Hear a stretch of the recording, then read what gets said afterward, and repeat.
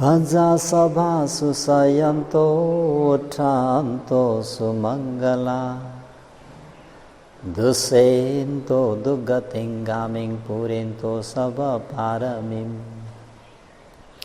भजा सभा आफ्ना स्थान आफ्ना ठाउँ आफ्ना गाउँ आफ्ना नगरमा रमाई बसेका सबै सत्व प्राणीहरू सुशयन्तो राम्रा राम्रा सपनाहरू देखेर खुसियाली र आनन्दसँग मिठो निन्द्रमा निदाउन पनि सकुन्।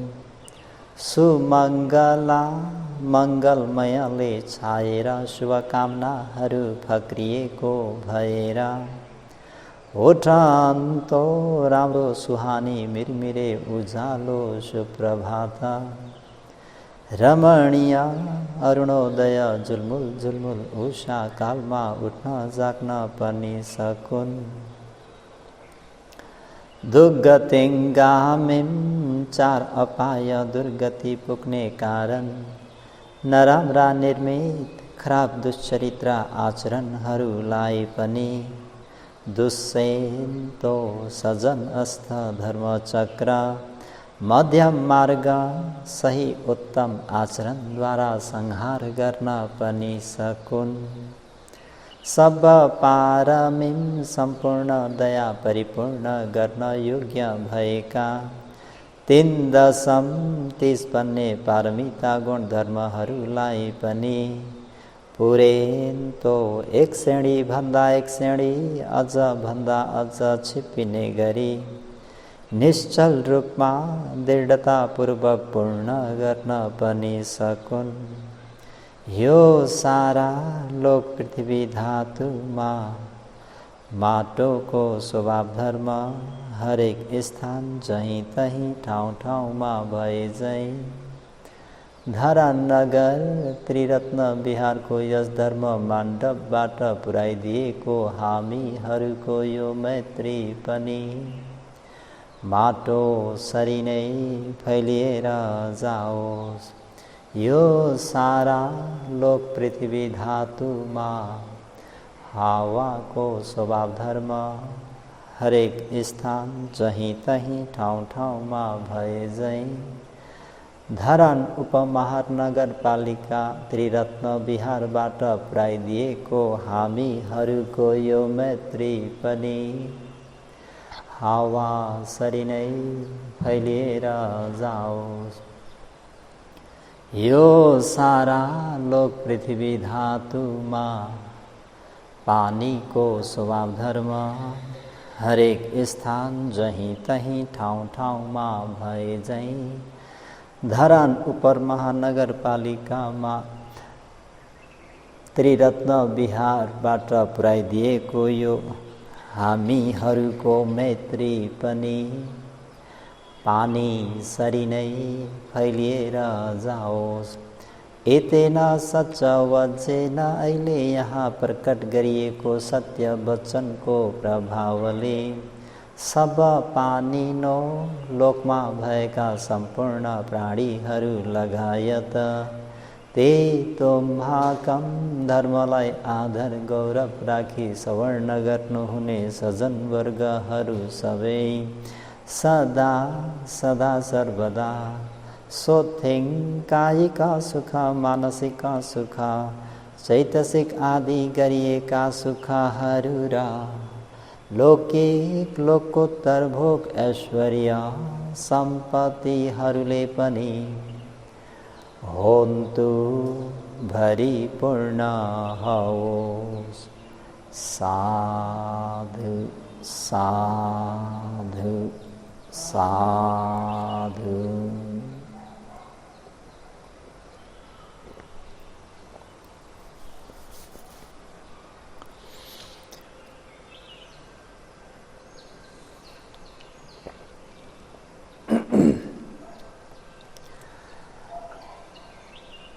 त्रिरत्नमा वन्दना।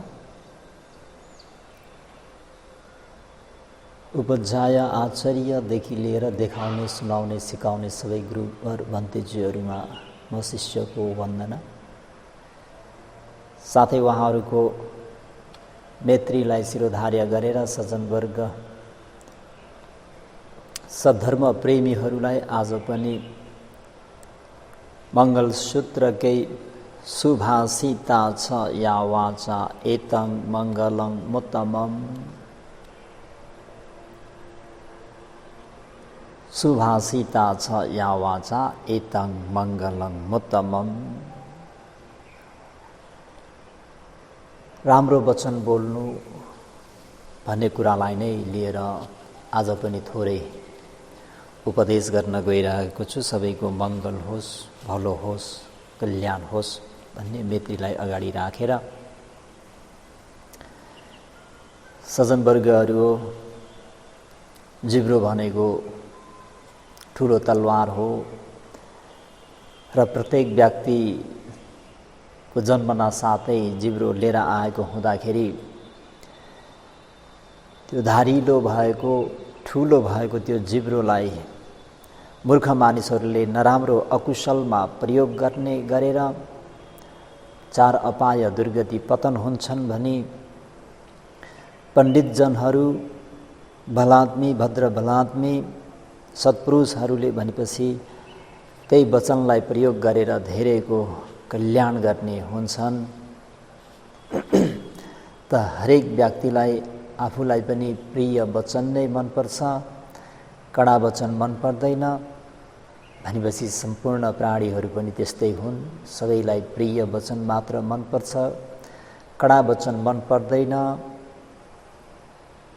त्यसो हो भने आफूलाई स्वीकार्य हुने किसिमको मिठो वचन अरूलाई नदिकन आफूलाई अस्वीकार भएको कडा वचन बोल्नु त भन्ने प्रसङ्गमा थोरै एउटा म यहाँ एउटा प्रसङ्ग जोड्न चाहन्छु। सज्जनवर्गहरू हो,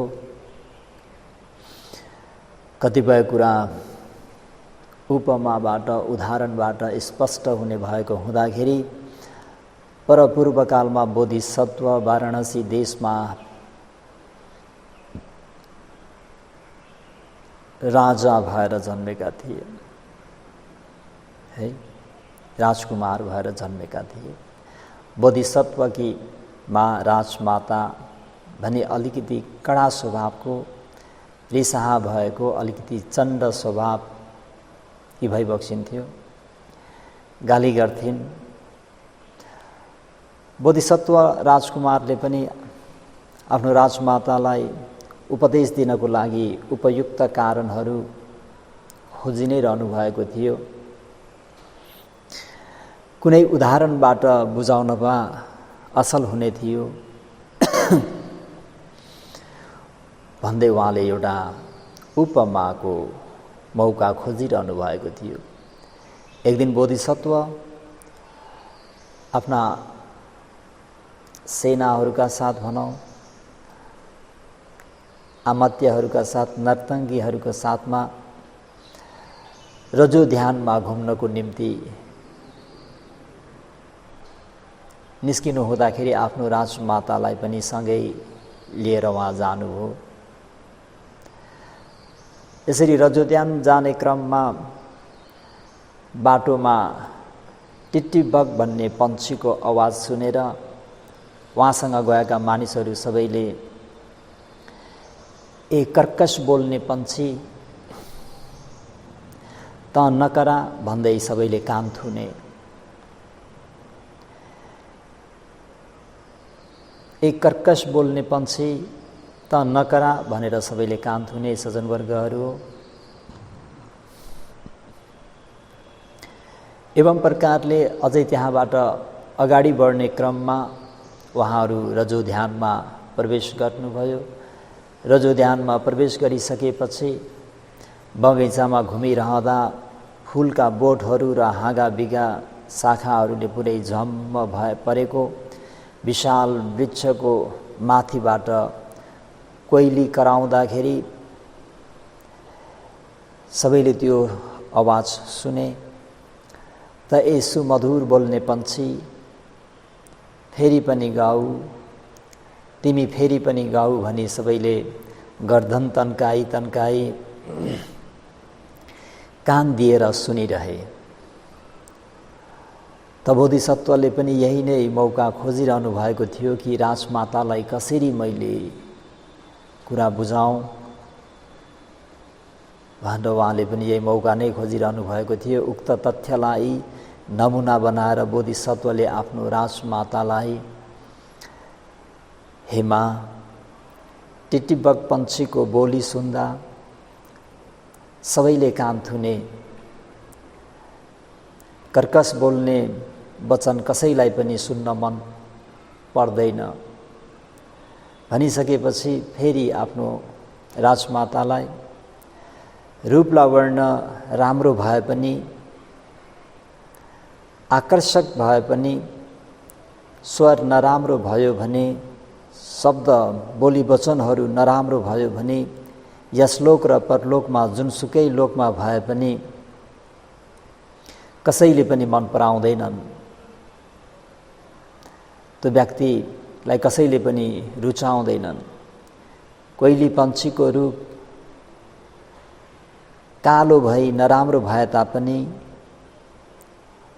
उहाँको जुन त्यो आवाज हो, स्वर हो, नरम र मिठो हुने गरी बोल्न जानेकोले मानिसहरूले मन पराई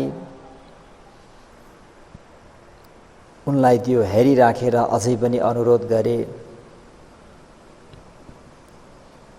त हे सुमधुर बोल्ने पन्छी, तिमी गाऊ, तिमी फेरि पनि गाऊ। त्यसो हुनाले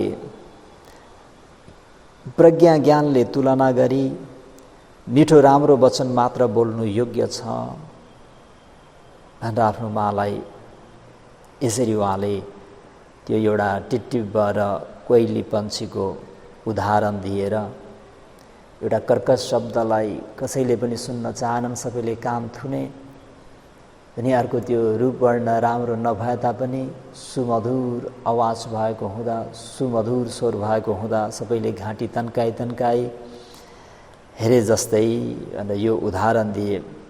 त्यस बेलादेखि राजमाताले पनि आफ्नो खराब बानी, आफ्नो खराब बोली वचनहरूलाई छाडेर राम्रो मिठो बोली वचनलाई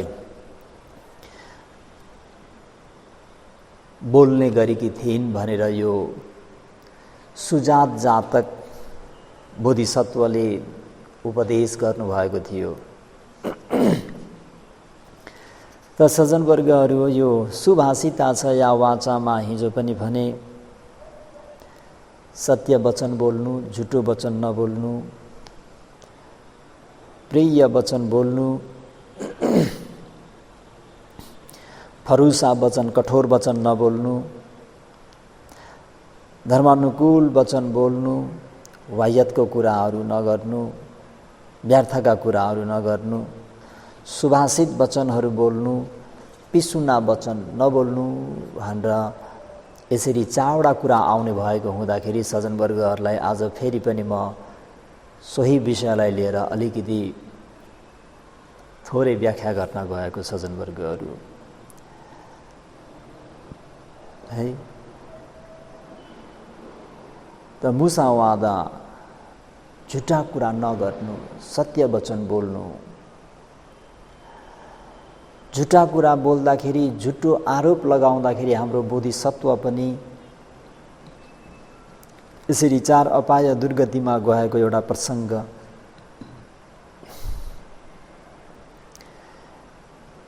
म फेरि एउटा प्रसङ्ग जोडेँ यहाँ। हाम्रा बोधिसत्व चार अपाय दुर्गति जानु भएको प्रसङ्ग।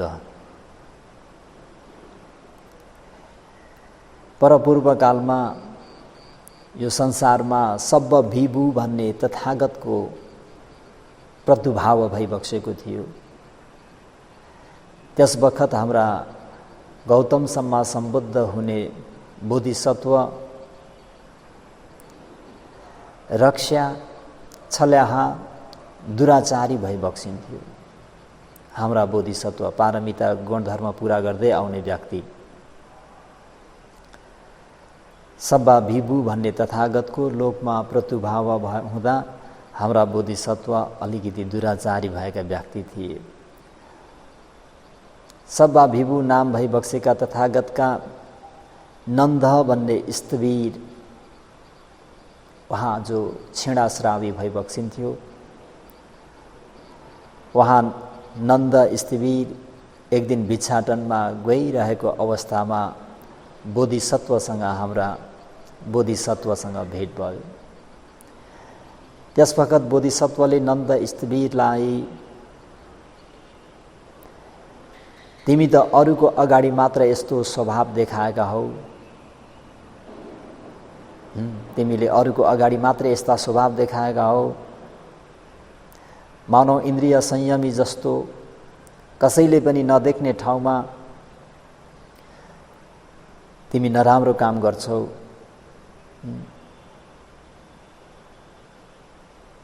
तिमी त अति नै दुराचारी भइसकेका दुष्ट भिक्षु हौ भनेर हाम्रा बोधिसत्वले सब्बा भिभु नाम भएका तथागतका क्षीणाश्रावी नन्द नाम गरेका क्षीणाश्रावीलाई यसरी चाहिँ झुटो आरोप लगाइदिनु हो।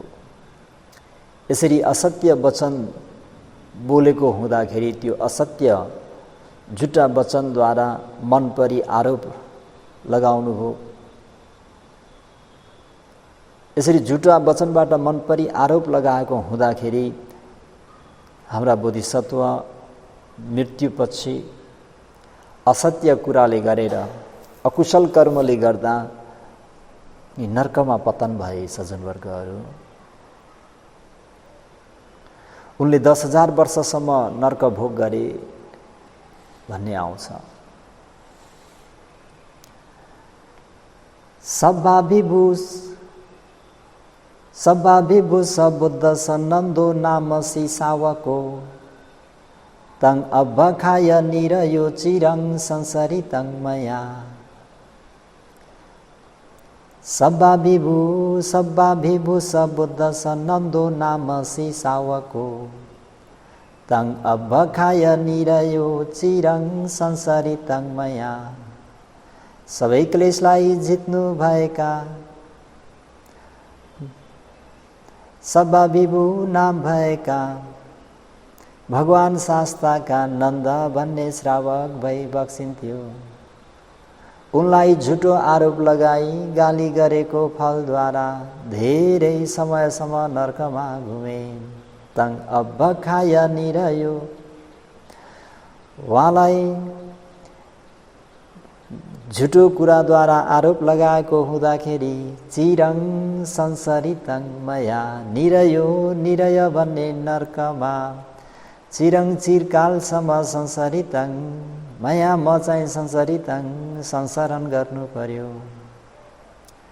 10 वर्ष सहसानी निरये संसरिञ्चरन् मनुष्य बखालदाहं अबखानं बहुलभिं। 10 वर्ष सहसानी 10,000 वर्षसम्म नरकमा यताउता घुमी मनुष्य भाव लदाहं, मनुष्य भावमा आउँदा पनि अबखानं बहुलभी, मैले धेरै झुटो आरोपहरू खप्नु पर्यो, सुन्नु पर्यो। 10,000 वर्ष नर्कमा पतन भएर त्यो कर्म सिद्धियो त भन्दा सिद्धेन। सज्जनवर्गहरू है, जब त्यो नर्कबाट मुक्त भएर मनुष्य जीवनमा फेरि पारमिता गुणधर्महरू पुरा गर्ने क्रममा उहाँलाई फेरि धेरै व्यक्तिहरूले आरोप लगाउने भयो है। एकपटक क्षीणाश्रावी भल्तेजीलाई झुटा वचनबाट आरोप लगाएको हुँदाखेरि नर्कमा पनि पतन हुनु र फेरि मनुष्य जीवनमा आउँदाखेरि आफूले नगरिकन पनि अकुशल कर्महरूको आरोप चाहिँ लगाइ खानु धेरै डर लाग्दो छ है। 10,000 वर्षसम्म नरक भोग गर्नु पर्यो। बोधिसत्वको कर्म त्यतिले सकिएन। उहाँ यो लोकमा जन्मनु भयो, बोधि वृक्षको पदमूलमा बसेर बुद्धत्व ज्ञान, सम्मा सम्बोधि ज्ञान प्राप्त गर्नुभयो। बुद्ध भई बक्स्यो, बुद्ध कहलायो। त्यही पनि त्यसको कर्म भोग भनेको सिद्धिएको होइन। उनको कर्म भोगले उनलाई पछ्याउँदै नै रहिरह्यो। सज्जनवर्गहरू,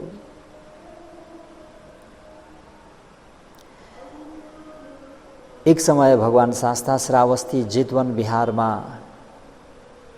बिहारली बक्सनु भएको अवस्थामा उक्त बिहारमा चतुपरिषदहरूलाई भगवान शास्ताले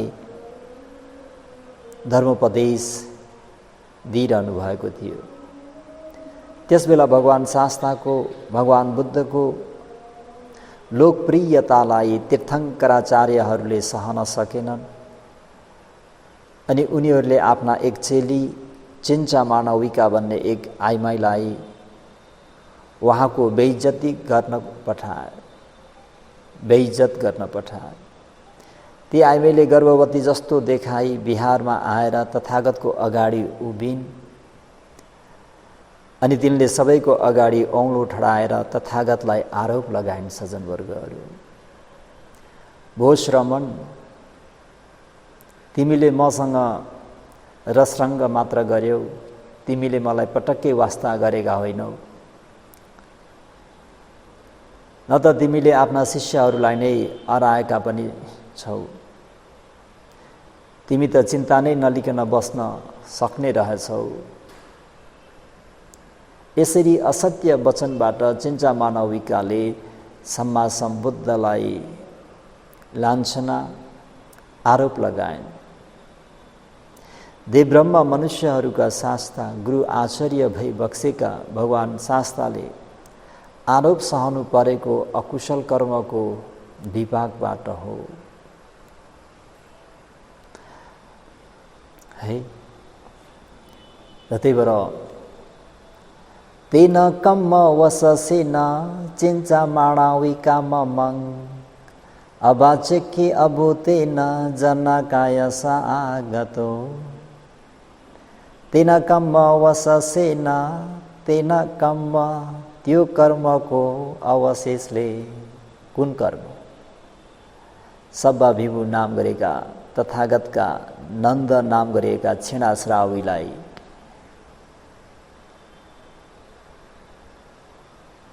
झुट्टा वचनबाट आरोप लगाएको त्यो कर्मले के भयो?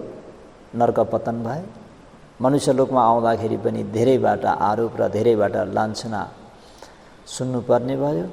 अहिले सम्मा सम्बोधि ज्ञान प्राप्त गर्दाखेरि पनि चिन्चा मानविकाले के गरिन्? तेन कम्म वसेसिन, त्यो कर्मको शेष बाँकी रहेको हुँदाखेरि चिन्चा मानविका म भगवान शास्तालाई चिन्चा मानविका नाम गरिएकी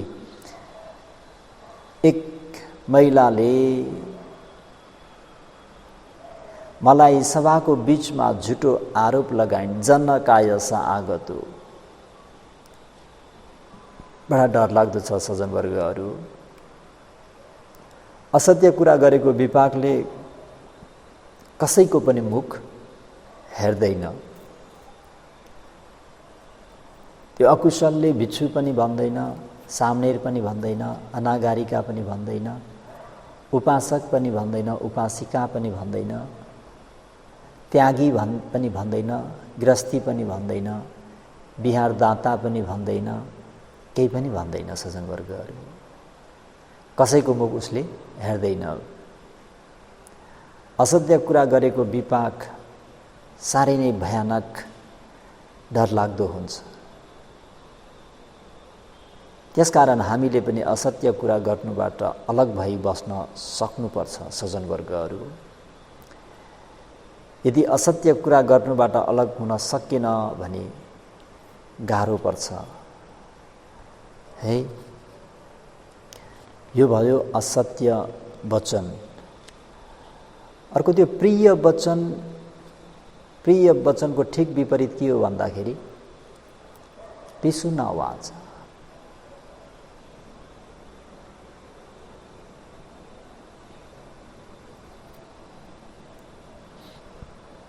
पिसुन वाचा, मिलेकाहरूलाई छुट्याउने कुरा, यताको कुरा उता, उताको कुरा यता गरी झगडा गराउनु, चुगली कुरा गर्नुलाई नै पिसुन वाचा भनिन्छ। आपसमा सत्कार सम्मान एवं विश्वासी भइरहेकाहरूलाई उनीहरूको त्यो सत्कार सम्मानमा धक्का पर्ने गरी बोल्नु, यानि त्यो मिलनसार भएका दुईजनाको चित्त फाट्ने कुरा गर्नु नै के हो भन्दा पिसुना वाचा। है, यसरी यो पिसुना वाचा पनि बोल्न हुँदैन सज्जनवर्गहरू। यसको पनि एउटा सानो प्रसङ्ग जोडेर बुझिहेरौँ।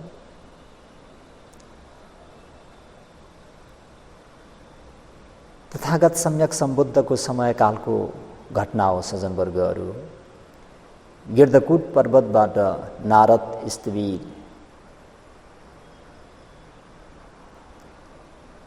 गिर्धकूट पर्वतमा नारद स्थविर विहार लिनुभएको थियो। एक दिन उहाँ भिक्षाटनको निम्ति राजगीर नगरतर्फ प्रस्थान गर्दै हुनुहुन्थ्यो। त्यसबेला पुटी मुख भन्ने प्रेतसँग जमको भेट भयो, जमका भेट भयो। त्यस प्रेतको शरीर पुरै सुवर्ण वर्ण थियो, तर मुखबाट भने अति नै दुर्गन्ध आइरहेको थियो सज्जनवर्गहरू। मुखबाट किरा निस्किरहेको थियो, त्यही किराहरूले त्यसलाई खाइरहेको थियो सज्जनवर्गहरू। नारद स्थविरले त्यो प्रेतसँग यसको कारण सोध्नुभयो। त्यसबेला उसले पूर्वजन्ममा चुक्ली गरेको अकुशल कर्मको कुरा उनले बताए। त्यस प्रेत पूर्वजन्ममा को थिए त भन्दा सज्जनवर्गहरू काश्यप तथागतको पालामा नवयुवक भिक्षु थिए। है, गृहस्थ पनि होइन, भिक्षु। उक्त नवयुवक भिक्षु एउटा गाउँको एक बिहारमा पुगे। बिहारमा बसोबास गर्न आवश्यक सामानहरू सबै थियो। ग्रामवासीहरूमा पनि श्रद्धा थियो, दाताहरूमा पनि। त्यसो भएको हुँदाखेरि उनलाई त्यो बिहारप्रति लोभ लाग्यो र त्यही बिहारमै उहाँ बसोबास गर्ने इच्छा भयो।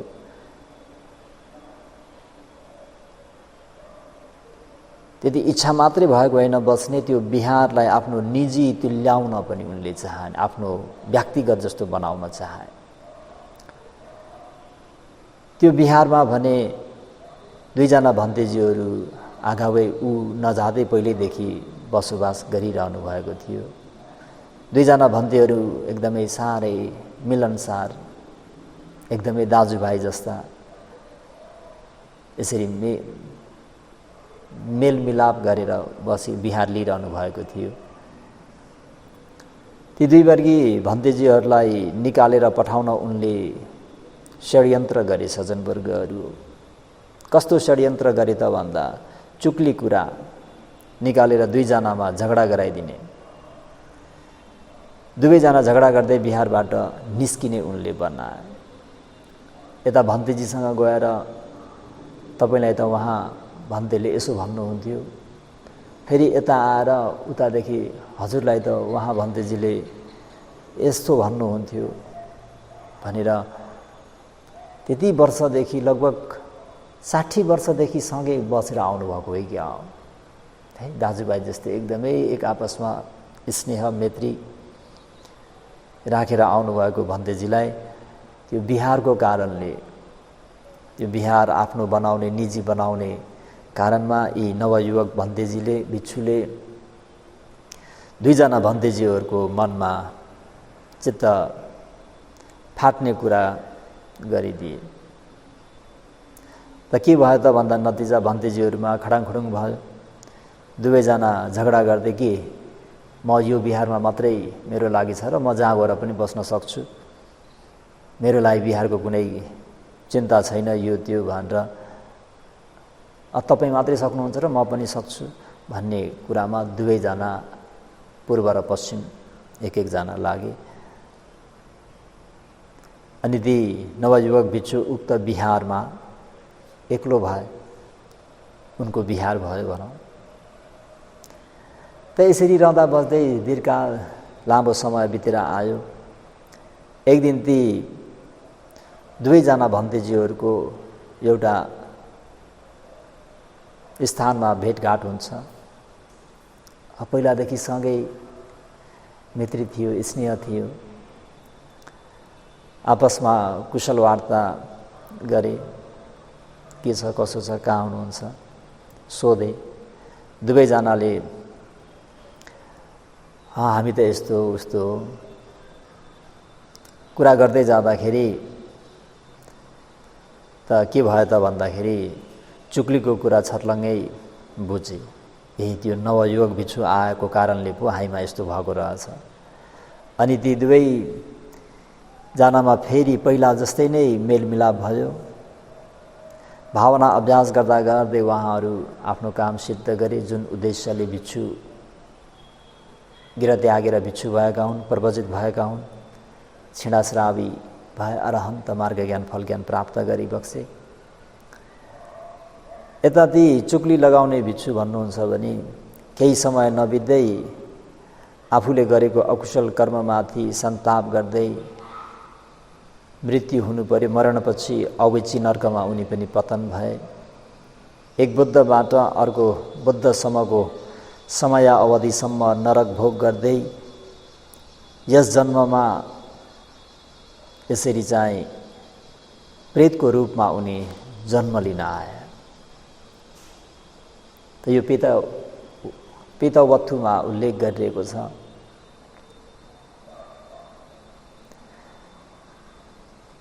दिव्य शुभम धारेसी वर्ण धातु वेहासयं तिष्ठति अन्तलेखे मुखं च ते किमयो पुटी गन्धं खादन्ति कि कम मकासी पोबे। जब नारद महास्तवी राजगीर नगरबाट भिक्षाको निम्ति कीर्तकुट पर्वतबाट भिक्षाको निम्ति ओर्लिँदै गर्दाखेरि यी प्रेतसँग भेट हुँदाखेरि सोध्नुभयो, दिव्य शुभम धारेसी वर्ण धातु, ते तिम्रो शरीरको वर्ण भनेको सुवर्ण वर्ण अति सुन्दर तथा दिव्यम दिव्यमय छ। वेहासयं तिष्ठति अन्तर्लेखे, तिमी आकाशमा बस्दछौ। मुखं च ते किमयो पुटी गन्धं खादन्ति कि कम मकासी पोबे। तिम्रो शरीर कस्तो छ? रूपवर्ण भनेको अति नै सुवर्ण र सुन्दर छ, दिव्यमय छ। र साथै तिमी कहाँ छौ त भन्दा आकाशमा छौ। तर तिम्रो दुर्गन्ध मुख भनी किमी किराहरूले खाइरहेका छन्। किङ्कम्मं मकासी पोबे, पूर्व जन्ममा तिमीले के कस्ता कर्महरू गर्यौ भनेर नारद स्थिवीरले यसरी सोद्धाखेरि त्यो